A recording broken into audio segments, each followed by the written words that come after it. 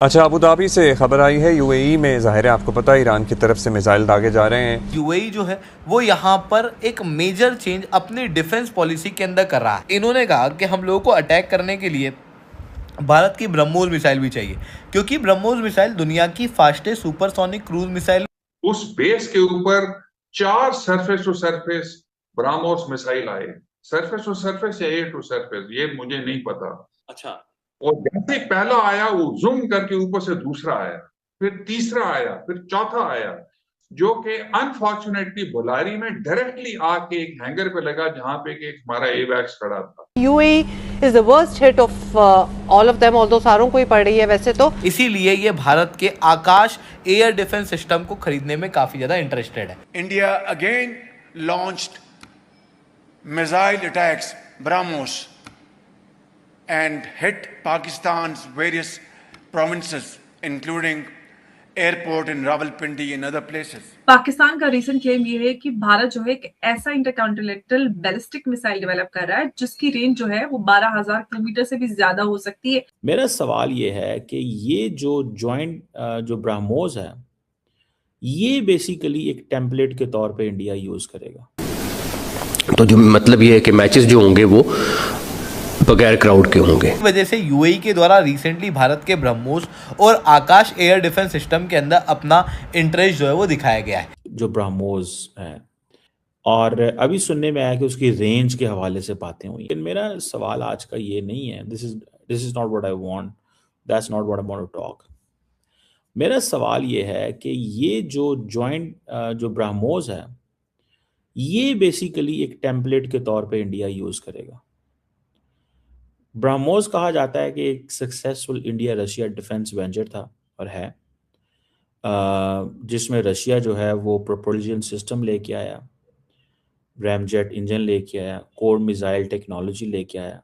India ने guidance systems और software और फायर कंट्रोल इंटीग्रेशन और ये सारी चीज़ें जो हैं वो लेके आया कि किस तरह जो दोनों मुल्कों की जॉइंट R&D जो है वो पॉसिबल हुई। लेकिन एक चीज़ बड़ी इंपॉर्टेंट है, the only thing which is there and important वो यही है जो ब्रह्मोस है इस हवाले से। और अभी सुनने में आया कि उसकी रेंज के हवाले से बातें हुई हैं। अब सुनने में आया कि इंडियंस कहते हैं कि हम इस मॉडल को हाइपरसोनिक मिसाइल्स में भी रेप्लिकेट कर सकते हैं, जो long range air defence system है उनमें भी रेप्लिकेट कर सकते हैं, सब सरफेस वेपन्स के भी कर सकते हैं, और जो आइंदा भी next generation cruise missile this that करना है वो भी। क्या है इंडिया के पास जो अग्नि 5 और अग्नि 6 हैं, जिसको 7,000 से 8,000 तक की जो स्ट्राइक कैपेबिलिटी है किलोमीटर्स की, और सॉरी अग्नि 5 की बात करें और अग्नि 6 की बात करें, तो इस तरह के जो सिस्टम्स हैं उस पर भारत अभी काम चला रहा है। जो जो कॉन्टिनेंटल है वो रेंज है जो कि 10,000 किलोमीटर से ज्यादा है। ये हम जो रिपोर्ट्स हैं, जो सोर्सेस हैं इंफॉर्मेशन, उनके हवाले से हम बात कर रहे हैं, लेकिन बात सिर्फ टेक्नोलॉजी की नहीं है, ये पावर प्रोजेक्शन की बात हो रही है। तो इसको थोड़ा सा हम विस्तार से समझेंगे कि आखिर जो पाकिस्तान क्लेम कर रहा है उसमें कितनी सच्चाई है, और इस सब के बाद जो एक रीजनल रेस जो है ग्लोबल होती जा रही है मिसाइल्स की, इससे क्या कुछ फर्क पड़ रहा है। उमेश जी बहुत स्वागत, जो है नमस्कार। जय सिया राम अंबर जी। जय सिया राम। उमेश जी, क्या इंडिया का जो 12,000 किलोमीटर मिसाइल प्रोग्राम है ये सच है, या पाकिस्तान जो है वो स्ट्रेटेजिक प्रेशर बिल्ड करने का एक नैरेटिव बना रहा है, क्योंकि तुलसी गाबार्ड ने कहा कि पाकिस्तान हमारे लिए खतरा है, तो वो रुख मोड़कर भारत की तरफ कर देना चाहता है? देखिए, ऑपरेशन सिंदूर में पाकिस्तान की जो वेपनरी थी 81% चाइनीज थी।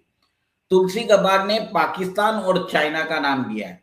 उन्होंने बोला है कि दोनों इंटर कॉन्टिनेंटल बैलिस्टिक मिसाइल बना रहे हैं जिससे फ्यूचर में अमेरिकन होमलैंड को हिट कर सकता है।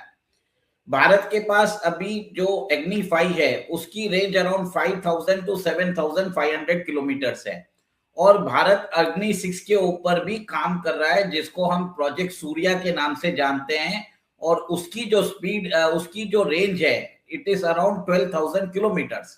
ये अनऑफिशियली जो मिलिट्री सर्कल्स में जो चैटर बॉक्स में चल रहा है, भारत ने ऑफिशियली डिक्लेयर नहीं किया है। सबसे बड़ी बात है कि इसमें बताया जा रहा है कि अग्नि 6 के अंदर multiple independent targeted re entry vehicle वाला मैकेनिज्म है, एडवांस प्रोपल्शन सिस्टम्स है। अब ये MIRV टेक्नोलॉजी क्या है, मतलब आप समझ लीजिए एक ही लॉन्च के अंदर मल्टीपल वॉरहेड्स रहेंगे।